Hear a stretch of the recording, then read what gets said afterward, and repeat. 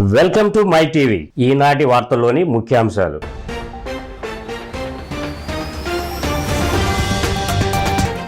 Law and ఆర్డర్పై శ్వేతపత్రం విడుదల చేసిన సీఎం చంద్రబాబు, గత వైసీపీ పాలనలో ప్రజలు మానసికంగా, శారీరకంగా మనోవేదన అనుభవించారని వ్యాఖ్య.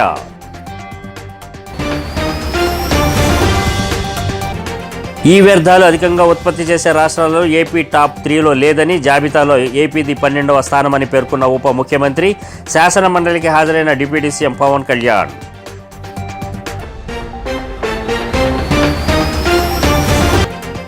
తెలంగాణ ఆర్థిక మంత్రి బట్టి విక్రమార్క ప్రవేశపెట్టిన బడ్జెట్పై మాజీ సీఎం కేసీఆర్ మండిపాటు. ఈ బడ్జెట్ అట్టడుగు వర్గాల గొంతు కోసిందని ధ్వజం.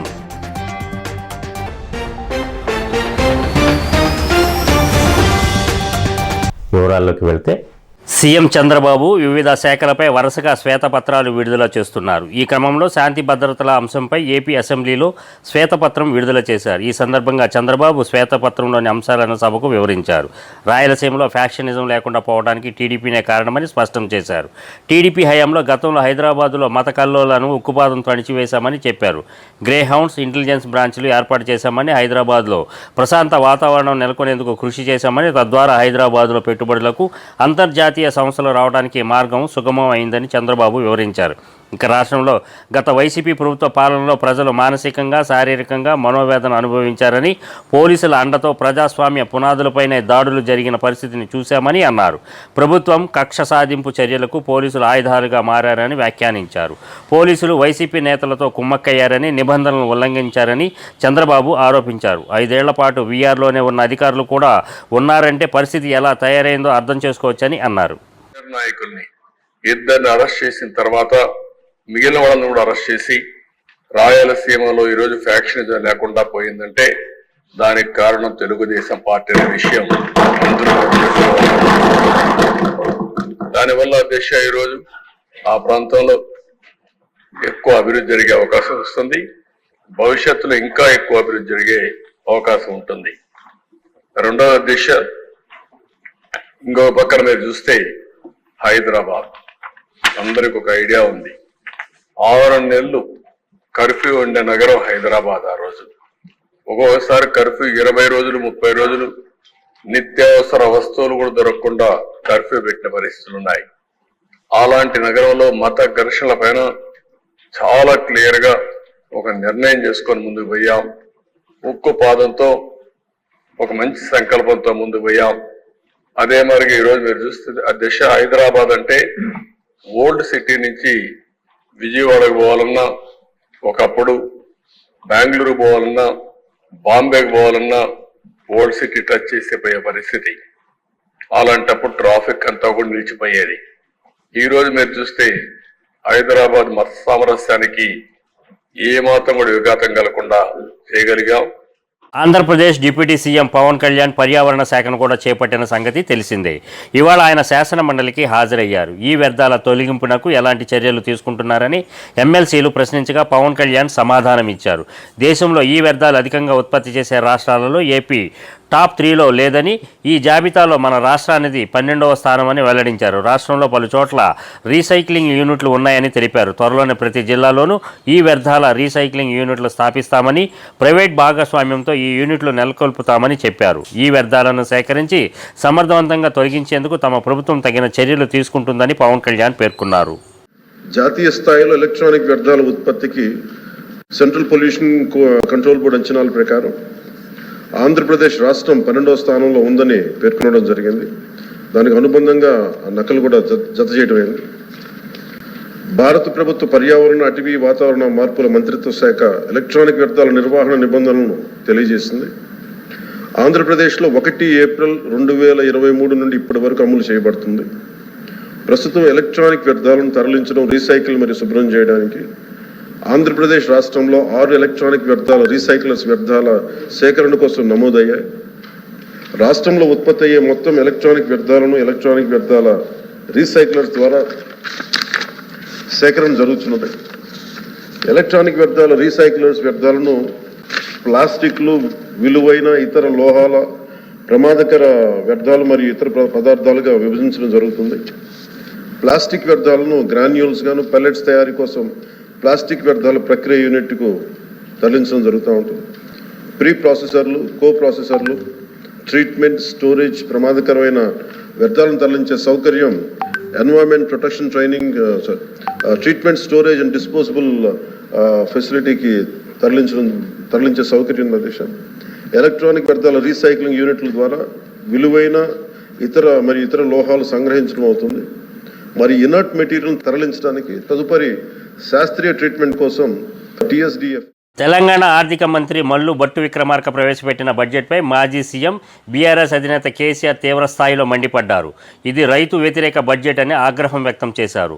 అన్ని వర్గాలకు కాంగ్రెస్ ప్రభుత్వం వెన్నుపోటు పొడిచిందని బడ్జెట్ ప్రసంగం అనంతరం ఆయన మీడియా పాయింట్ వద్ద మాట్లాడుతూ గత ప్రభుత్వం అన్ని వర్గాల సంక్షేమాన్ని, ఆర్థిక అభివృద్ధిని కాంక్షించి అనేక పథకాలను ప్రవేశపెట్టిందని అన్నారు. యాదవ సోదరుల ఆర్థిక అభివృద్ధి కోసం ప్రవేశపెట్టిన గొర్రెల పెంపకం పథకాన్ని మూసివేసినట్లు అర్థమవుతుందని అన్నారు. అట్టడుగు వర్గాల గొంతు కోసిందని ధ్వజమెత్తారు. దళిత బంధు ప్రస్తావన లేదని, మత్స్యకారులకు భరోసా లేదని అన్నారు. అంకెలు వచ్చినప్పుడల్లా ఆర్థిక మంత్రి ఒత్తి పలకడం తప్ప కొత్తగా ఏమీ లేదని ఎద్దేవా చేశారు. మహిళలకు 1,00,000 కోట్ల వరకు వడ్డీ లేని రుణాలు ఇస్తామని చెప్పారని, కానీ ఇది పాత పథకమేనని అన్నారు. ఈ అర్బక ప్రభుత్వం ఇప్పటి వరకు పాలసీ ఫార్ములేషనే చేసినట్టుగా కనపడతలేదు. వ్యవసాయం ఉంది, మాకు స్పష్టమైన అవగాహన ఉండే ఈ రాష్ట్రంలో వ్యవసాయ స్థిరీకరణ జరగాలని మేము 2 పంటలకు కూడా ఇచ్చినాం రైతు బంధు. వీళ్ళు ఎగ్గొడతామని చెప్తా ఉన్నారు. మేమేదో రైతులకు ఇచ్చిన డబ్బును దాన్ని పాడు చేసినాము, చెడగొట్టినాము, దుర్వినియోగం చేసామన్న పద్ధతిలో దురదృష్టకరమైన వ్యాఖ్యలు చేస్తూ ఉన్నారు. అంటే ఇది పూర్తిగా రైతు శత్రు ప్రభుత్వం అనేది తెలుస్తూ ఉంది. ధాన్యం కొనుగోలు చేయలేదు, విద్యుత్ సరఫరా చేయడం లేదు, నీళ్లు సరఫరా చేయడం లేదు, చాలా ఇబ్బందులు పెడతా ఉన్నారు. ఇంకా రైతు భరోసా, రైతు బంధు గురించి ఇంకా ప్రస్తావనే లేదు. ఎప్పుడు వేస్తారని మా ఎమ్మెల్యేలు అడిగితే కూడా కనీసం సమాధానం చెప్తలేరు. కాబట్టి రైతులను వంచింది ప్రభుత్వం, వృత్తి కార్మికులను వంచింది. ఒక్క పాలసీ, ఇండస్ట్రియల్ పాలసీ ఏమి లేదు. వాటి గ్యాస్ ట్రాష్ పంచరంగం ఈస్మాన్ కలర్ లాగా చెప్పడం తప్ప, స్టోరీ టెల్లింగ్ లాగా ఉన్నది తప్ప బడ్జెట్ చెప్పినట్టు లేదు. రాష్ట్రంలో వ్యవసాయ పాలసీ ఏమిటి, పారిశ్రామిక పాలసీ ఏమిటి, ఐటీ పాలసీ ఏమిటి, ఇంకా ఇతర అనేక పాలసీలు, పేద వర్గాలకు సంబంధించిన పాలసీ ఏమిటి అనే దాని మీద ఏ ఒక్క దాని మీద కూడా గ్యాసు ట్రాషే తప్ప, చిల్లర మల్లర ప్లాట్ఫామ్ స్పీచ్ లాగా ఉంది తప్ప అది బడ్జెట్ ప్రసంగం లాగా లేదు. రాజకీయ సభలలో చెప్పినట్టు ఉంది తప్ప ఏ ఒక్క పాలసీని కూడా నిర్దిష్టంగా ఈ పనిని మేము ఎట్లా సాధిస్తాం, మా గోల్స్ ఇవి, మా టార్గెట్స్ ఇవి అనే పద్ధతి కానీ Visakhapatnam metro region development authority 2020-2024 plan modification చేసి TDR స్కామ్కి వినియోగించారని ఎమ్మెల్యే పల్లా శ్రీనివాసరావు తెలిపారు. అసెంబ్లీ ప్రశ్నోత్తరాల సమయంలో దీనిపై పల్లా మాట్లాడుతూ మోడిఫికేషన్ ఆసరాగా తీసుకొని ఎక్కడైతే రిస్ట్రిక్టెడ్ జోన్స్ ఉంటాయో ఆ జోన్స్లో అన్నీ మార్చి వాటికి TDR ఇవ్వడం జరిగిందని అన్నారు. అదేవిధంగా టైటిల్ డీడ్ లేని వాటికి కూడా TDR ఇవ్వడం జరిగిందని తెలిపారు. ఎప్పటి నుండో ఉన్నటువంటి జాలారిపేట వాళ్ళకి ఫైల్ మూవ్ చేసి TDR ఇచ్చారని, అదేవిధంగా విశాఖపట్నంలో CBCNC అనే క్రిస్టియన్ స్థలం ఉందని, దానికి ఎటువంటి రోడ్డు సాధ్యపడదని తెలిసి కూడా అలాంటి రోడ్డుకి సుమారు 60 కోట్లు TDR ఇచ్చారని తెలిపారు. దీనిపై విచారణ జరిపించాలని కోరారు. వాటికి కొన్ని సందర్భాల్లో టైటిల్ డీడ్ లేనటువంటి వాటికి కూడా వీళ్ళు మరి TDRలు ఇవ్వడం జరిగింది అధ్యక్ష. చెప్పాలంటే ఎప్పటి నుంచో ఉన్నటువంటి జాలార్పేట అధ్యక్ష, ఆ జాలార్పేట టైటిల్ వాళ్ళు ఎప్పటి నుంచో ఉంటే వాళ్ళ మీద TDRలు ఇవ్వడం కూడా దానికి ఫైల్ మూవ్ చేసి కొంతమందికి ఇచ్చినటువంటి సందర్భాలు ఉన్నాయి అధ్యక్ష. అదే కాకుండా విశాఖపట్నం మెయిన్ రోడ్ మీద అంటే మాస్టర్ ప్లాన్లో ఇమాజినరీ రోడ్స్ పెడుతుంటారు అధ్యక్ష. అవి ఒక్కోసారి సాధ్యపడుతుంది, వేస్తుంటారు, ఇంకోసారి వేయరు అధ్యక్ష. కానీ వీళ్ళు ఏం చేశారంటే CBCNC అనే ఒక క్రిస్టియన్ మైనారిటీకి సంబంధించినటువంటి స్థలం ఉంది అధ్యక్ష. అది మెయిన్ రోడ్ మీద ఉంది. దానికి నాకు తెలిసి మాస్టర్ ప్లాన్లో పెట్టినటువంటి రోడ్డు ఎప్పుడు కూడా వేయడం సాధ్యపడదు. అలాంటి రోడ్డుకి సుమారు 60 కోట్లు TDRలు ఇచ్చారు అధ్యక్ష. దీని మీద ఎంక్వైరీ చేయాలి అధ్యక్ష. ఇందులో గత పాలకులు ఎవరున్నారో వాళ్ళందరూ హస్తం ఉంది అధ్యక్ష. ఇదే కాకుండా అధ్యక్ష మీకు చెప్పాము ఇదివరకు జోన్స్ మార్చారని. ఆ జోన్స్ ఎందుకంటే TDRలతో సంబంధం ముడిపేసుకున్నటువంటిదే అధ్యక్ష. అంటే మాస్టర్ ప్లాన్నే Visakhapatnam metro region development authority ఏదైతే ప్లాన్ మాడిఫై చేసిందో దాన్నే ఆసరాగా చేసుకొని ఈ TDR స్కామ్లు చేశారు అధ్యక్ష. దాని మీద ఎంక్వైరీ వేయాలని చెప్పేసి మేము తెలియజేస్తాం అధ్యక్ష. ఇంకో మాట అధ్యక్ష, ఎంక్వైరీ అనేసరికి ఏమవుతుందంటే చిన్న చిరుక వాళ్ళ మీద పడిపోయేటటువంటి పరిస్థితి ఉంటుంది అధ్యక్ష. అది కూడా మనం గమనించాల్సిన అవసరం ఉంది. ఇదే కాకుండా క్రీడా వాళ్ళు వచ్చి మాకు ఒక రిప్రజెంటేషన్ కూడా ఇవ్వడం జరిగింది అధ్యక్ష. ఏదైతే తనకు టీడీఎస్ క్యాంప్ పార్వతీపురం మన్యం జిల్లా పార్వతీపురం మండలం ఎంఆర్ నగరం పంచాయతీ గ్రామ సమీపంలో రోడ్లు పూర్తిగా గోతులతో అధ్వానంగా మారడం పట్ల స్థానికులు ఆందోళన వ్యక్తం చేస్తున్నారు.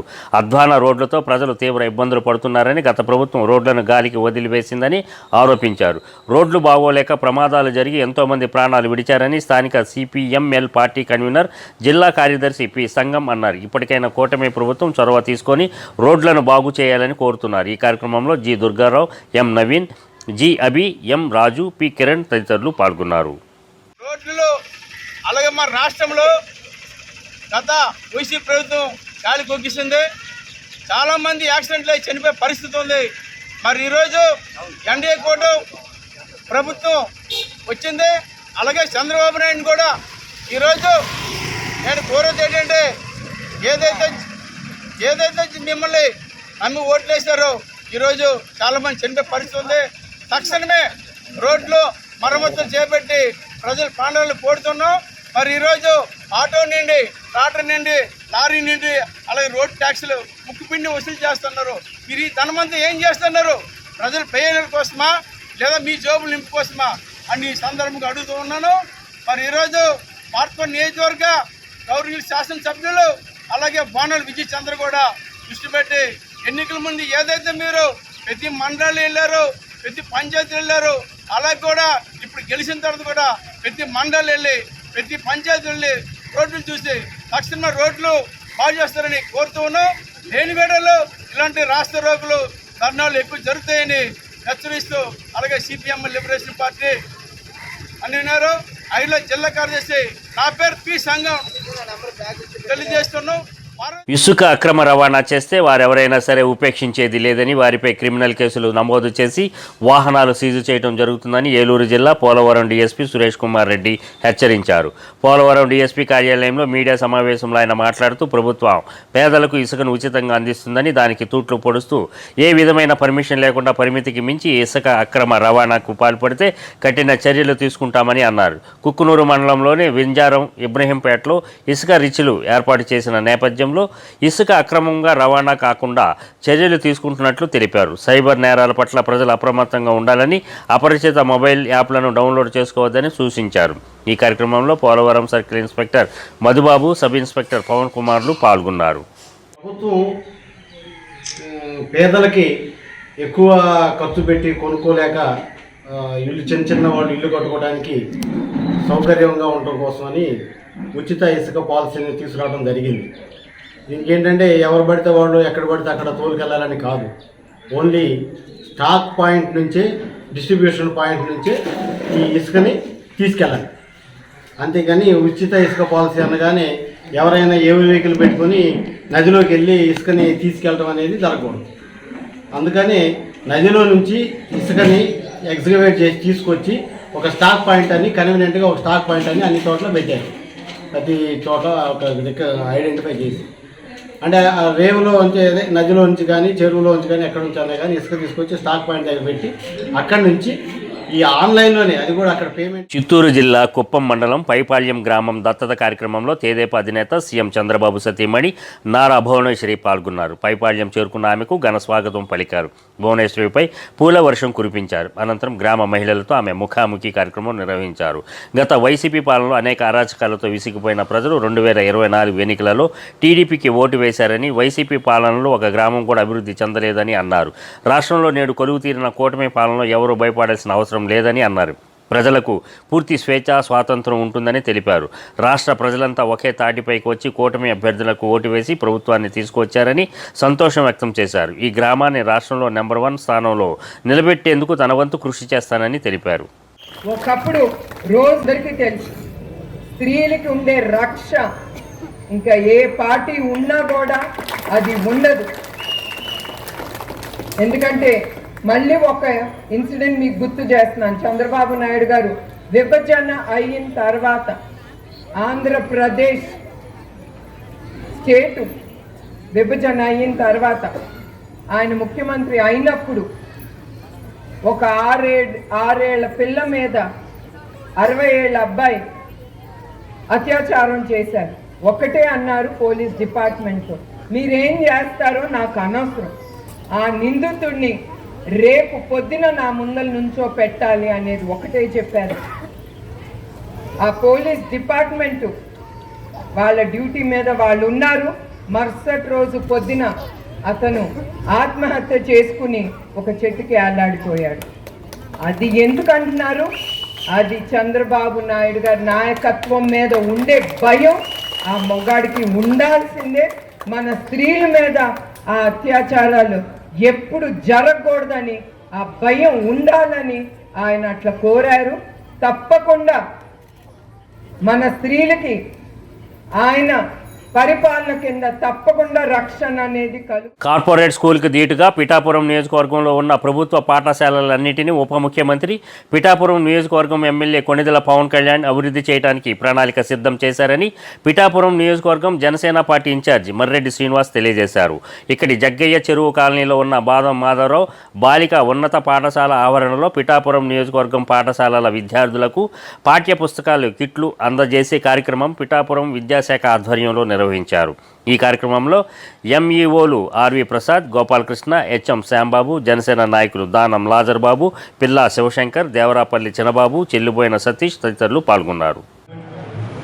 స్కూల్లో కానీ కాలేజీల్లో కానీ అద్భుతమైనటువంటి అవకాశాలు ఉన్నాయి, ప్లేసులు ఉన్నాయి, చక్కడ ఆడుకోవడానికి ప్లే గ్రౌండ్ ఉంటుంది. మీరు ఏవైతే ఈ కార్పొరేట్ స్కూల్లో ఉన్నాయో చూడండి, అవి కనీసం కాలు పెట్టడానికి కూడా చోటు ఉండదు. నిజంగా కూడా ఈవేళ తల్లిదండ్రులు కూడా న్యూనతాభావం వదిలేయాలి. ప్రభుత్వ పాఠశాలలో చదివిస్తే అదేదో చిన్న భావనని కేవలం కార్పొరేట్ స్కూల్లో చదివించాలి. నిజంగా కూడా ఈవేళ ఇంత సుశిక్షితులైనటువంటి ఉపాధ్యాయులు ఏ ప్రైవేట్ కళాశాలలో కూడా ఉండరు. గవర్నమెంట్ ఇంతమంది సిబ్బందిని చేసి ఇది మార్పు తల్లిదండ్రుల్లో కూడా రావాలి. మనం ఈ విద్యా వ్యవస్థలని బాగుపడాలంటే ఈ ప్రభుత్వ పాఠశాలలో నేను ఎవరి నా దగ్గరికి ఏ ఉపాధ్యాయులు మొట్టమొదటి అడుగుతాను, ఈ ఏడాది అడ్మిషన్లు ఎలా ఉన్నాయండి. ఎందుకంటే మనం పటిష్ట చేయవలసింది ఇక్కడ కంటే అద్భుతమైన విద్యనేమి బోధించరు. ఈ పాఠశాలలో చదవడం మీరంతా అదృష్టంగా భావించండి. ఏమాత్రమైన న్యూనతాభావం కూడా పడవలసిన లేదు. ఇందాక పెద్దలు చెప్పారు, అనేక మంది ఐఏఎస్లు, ఐపీఎస్లు ఎక్కడి నుంచి సెలెక్ట్ అయ్యారు. అంచేత వారెవరికి కూడా తక్కువ కాదు. న్యూనతాభావాన్ని వీడండి. అద్భుతమైనటువంటి అవకాశాలు ఉన్నాయి. కడప జిల్లా సిద్ధవటం మండలం మాధవరం 1 పంచాయతీ పార్వతీపురంలో వెలిసిన శ్రీ శీతల గంగమ్మ అమ్మవారి 21వ జాతర మహోత్సవం ఘనంగా జరిగింది. ఆలయ పూజారి రంగమ్మ అమ్మవారికి నిమ్మకాయలతో తయారు చేసిన దండ, పలు రకాల పుష్పమాలలు వేసి అమ్మవారిని అత్యంత సుందరంగా అలంకరించి ప్రత్యేక పూజలు నిర్వహించారు. మహిళా భక్తులు అమ్మవారికి బోనాలు వండి ఆలయం చుట్టూ ప్రదక్షిణలు చేసి అమ్మవారికి నైవేద్యం సమర్పించి మొక్కులు చెల్లించారు. వేకువజాము నుంచే భక్తులు తరలివచ్చి అమ్మవారికి దర్శించుకొని ప్రత్యేక పూజలు నిర్వహించారు. సాయంత్రం అమ్మవారి గ్రామోత్సవం కన్నుల పండుగగా జరిగింది. ఈ కార్యక్రమాన్ని తిలకించేందుకు జిల్లా నలుమూల నుంచి భక్తులు భారీ సంఖ్యలో తరలివచ్చి అమ్మవారిని దర్శించుకున్నారు. ఊరేగింపు సందర్భంగా దారి పొడవునా మహిళలు కొబ్బరికాయలు కొట్టి అమ్మవారికి మంగళహారతులు పట్టారు. జాతర మహోత్సవం సందర్భంగా జనసేన పార్టీ నేత అధికారి కృష్ణలు పాల్గొని అమ్మవారిని దర్శించుకొని ప్రత్యేక పూజలు నిర్వహించారు.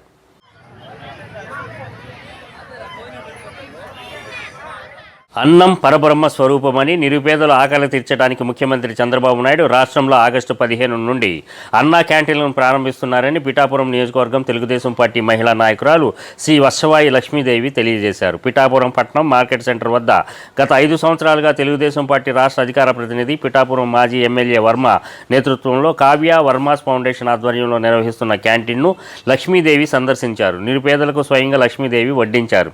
ఈ సందర్భంగా మీడియాతో మాట్లాడారు. ఈ కార్యక్రమంలో నాయకులు కొండేపూడి ప్రకాష్, అల్లవరపు నగేష్, నామా దొరబాబు, బస్సా సత్యనారాయణ, నల్లా శ్రీను తదితరులు పాల్గొన్నారు.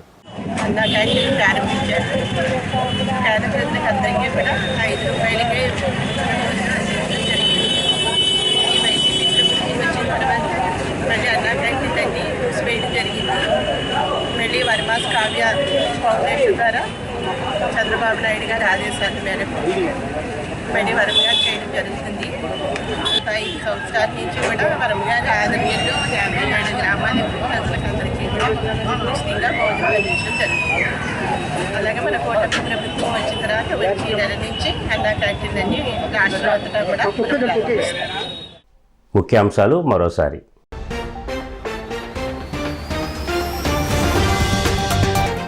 లా అండ్ ఆర్డర్పై శ్వేతపత్రం విడుదల చేసిన సీఎం చంద్రబాబు, గత వైసీపీ పాలనలో ప్రజలు మానసికంగా, శారీరకంగా మనోవేదన అనుభవించారని వ్యాఖ్య.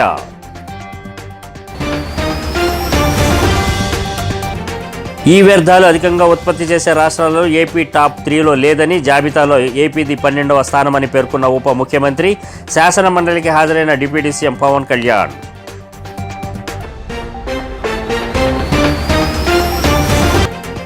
తెలంగాణ ఆర్థిక మంత్రి బట్టి విక్రమార్క ప్రవేశపెట్టిన బడ్జెట్పై మాజీ సీఎం కేసీఆర్ మండిపాటు, ఈ బడ్జెట్ అట్టడుగు వర్గాల గొంతు కోసిందని ధ్వజం.